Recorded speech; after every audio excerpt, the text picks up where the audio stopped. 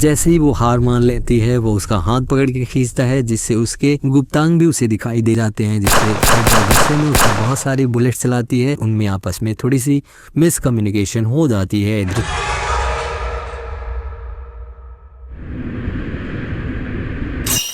तुम हो lease T blood correct? Yes. यहाँ लिखा है तुम अपने भाई के साथ यहाँ से गई, वो तुम्हारे साथ नहीं है? वो पहले ही घर चले आए। यहाँ ऐसा कुछ नहीं लिखा है जिससे पता चले वो वापस आया है। बात हुआ, मत करो, मुझे यहाँ से जाना है, मुझ पर छोड़ दो, मैं देख लूंगी इसे। अफसर बेटा मेरे साथ भेजो इसे, एक्स्ट्रा स्कोर दिलाऊंगी ना।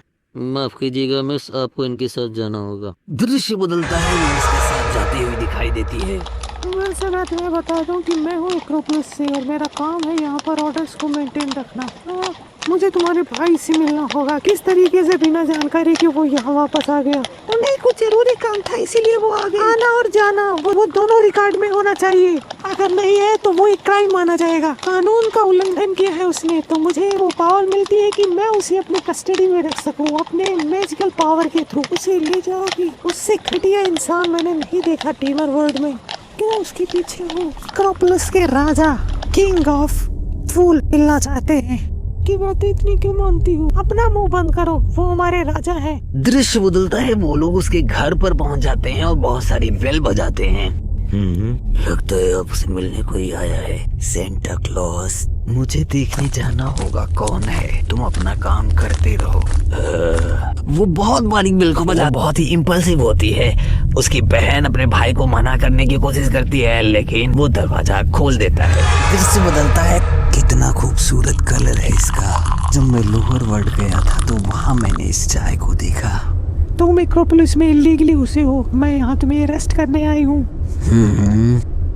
वो बहुत गुस्से में अपने मैजिक का इंट्रोडक्शन देती है और उस पर मैजिक चलाती है, जिससे उसके गले में एक कॉलर आ जाता है। जब तक तुम्हारे गले में ये कॉलर है तुम अपना किसी भी प्रकार का मैजिक यूज नहीं कर सकते। कुछ भी गलत करने की हरकत करोगे तो तुम्हारा खून उसी चाय में मिला दूंगी। इंटरेस्टिंग, आखिर यही तुम्हारा काम है।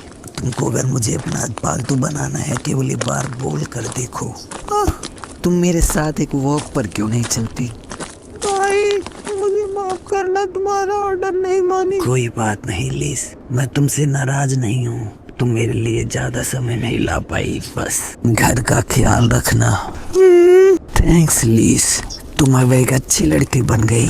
दृश्य बदलता है, लीज स्टेज को फिर से कॉल करती है और उसे बताती है कि यहाँ भाई को किसी ने अरेस्ट कर लिया है। तभी स्टेज के पास में एक वियर्ड सा कैरेक्टर आता है जो अजीब सी बातें करता है, जिससे वो परेशान होता है। लेकिन उसे वो फोटो दिखाता है, फिर से अजीब सी बातें करता है, जिससे उसे मारता है। तो वो स्टेज को अपने बॉस के पास ले जाता है, जहाँ उसे आदमी के बारे में जानकारी मिल सकती है। स्टेज भी ऐसा करता है, वो वहाँ पहुँचता है। बॉस एक स्नोमैन होता है, इसीलिए चारों तरफ ठंडी होती है और स्टेज को ठंडी बहुत लगती है, जिससे वो परेशान हो जाता है। किसी तरीके से खुद को वहाँ एडजस्ट करने की कोशिश करता है। वो उस आदमी की तस्वीर दिखाता है। बॉस बताता है कि हाँ मैंने इससे पहले भी देखा है, और वो उसकी जानकारी उसे देता है। दृश्य बदलता है, वो आदमी भी हमें एक ढाबे पर रामेन खाता हुआ दिखाई देता है। वो रामेन खाता है, उसे टाइम दिखाई देता है, तो उसे लगता है फयूमी को भी खाना चाहिए, जिससे वो एक और बोल ऑर्डर करता है और उसे अपने डायमेंशियल पोर्टल में डाल देता है। बाउल वापस न करने के लिए पुलिस की धमकी देता है, जिससे वो डर जाता है और बाउल को लेने के लिए वो डायमेंशियल पोर्टल में अपना हाथ डालता है और फयूमी भी गलती से बाहर आ जाती है। वो बेल बजा देती है। उसकी जानकारी अब हाइड्रा और लीज के पास भी पहुंच जाती है। लीज स्टेज को फोन करके बताती है वो कहाँ है। हाइड्रा भी आने की कोशिश करती है। यहाँ वो समझ जाता है कि उसने कुछ ना कुछ तो गड़बड़ कर दिया है, जिससे वो भागना स्टार्ट करता है।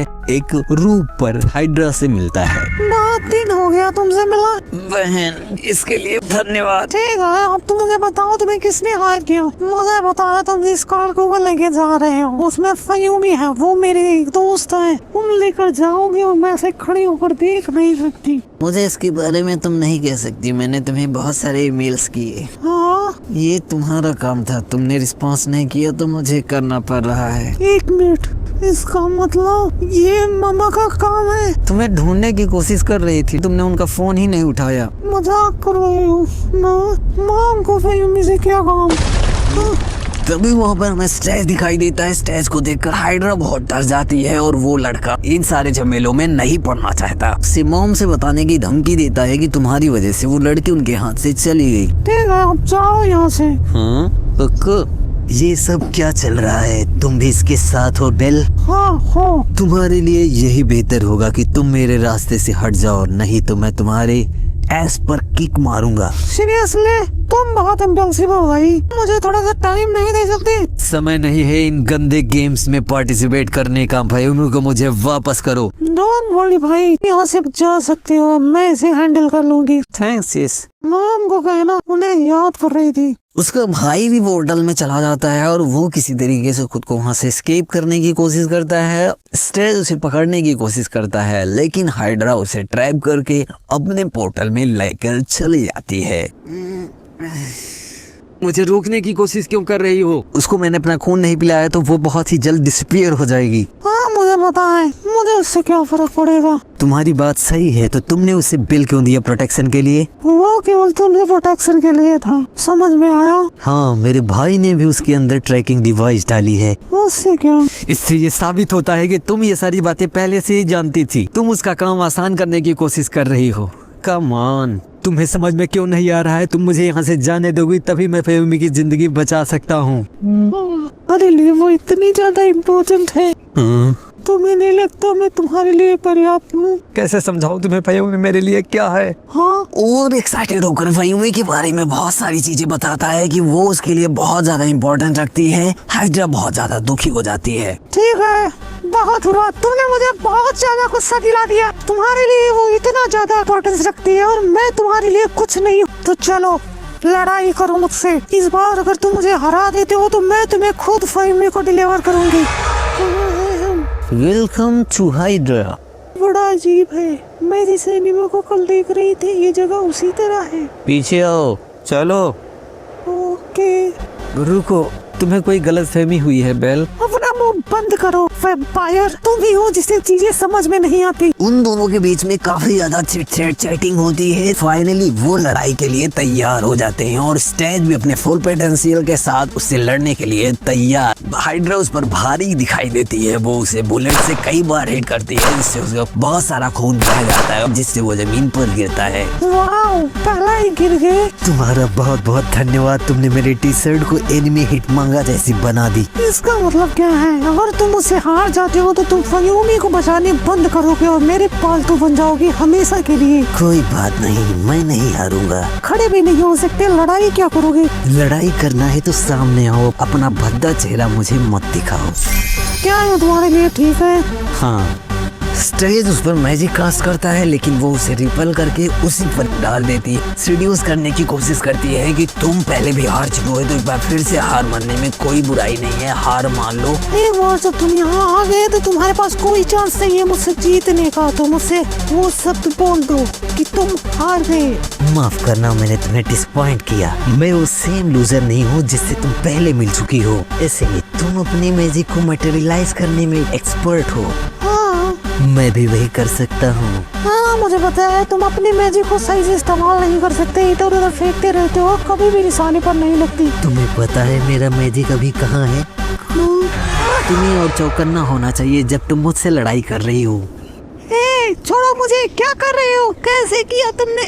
जाने दो मुझे। तुम हार चुकी हो, अगर तुमने अपनी हार नहीं मानी तो तुम अपने लोअर बॉडी को भूल जाओ। बोलो। ठीक है, तुमने मुझे इस बार पकड़ लिया, लेकिन मेरा गेम अभी खत्म नहीं हुआ। वो अपनी मैजिक से वहाँ से एस्केप होने में कामयाब हो जाती है, लेकिन उसके कपड़े वहीं गिर जाते हैं। स्टेज जैसे ही उन सामानों को उठाता है तो वहाँ उसकी पैंटी भी दिखाई देती है।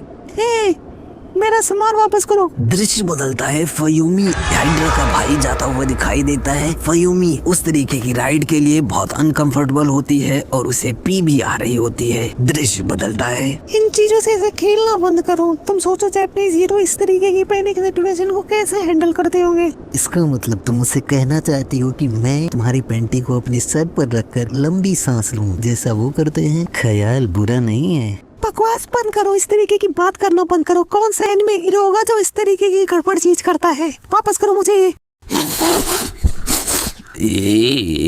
मार दूंगी तुम्हें।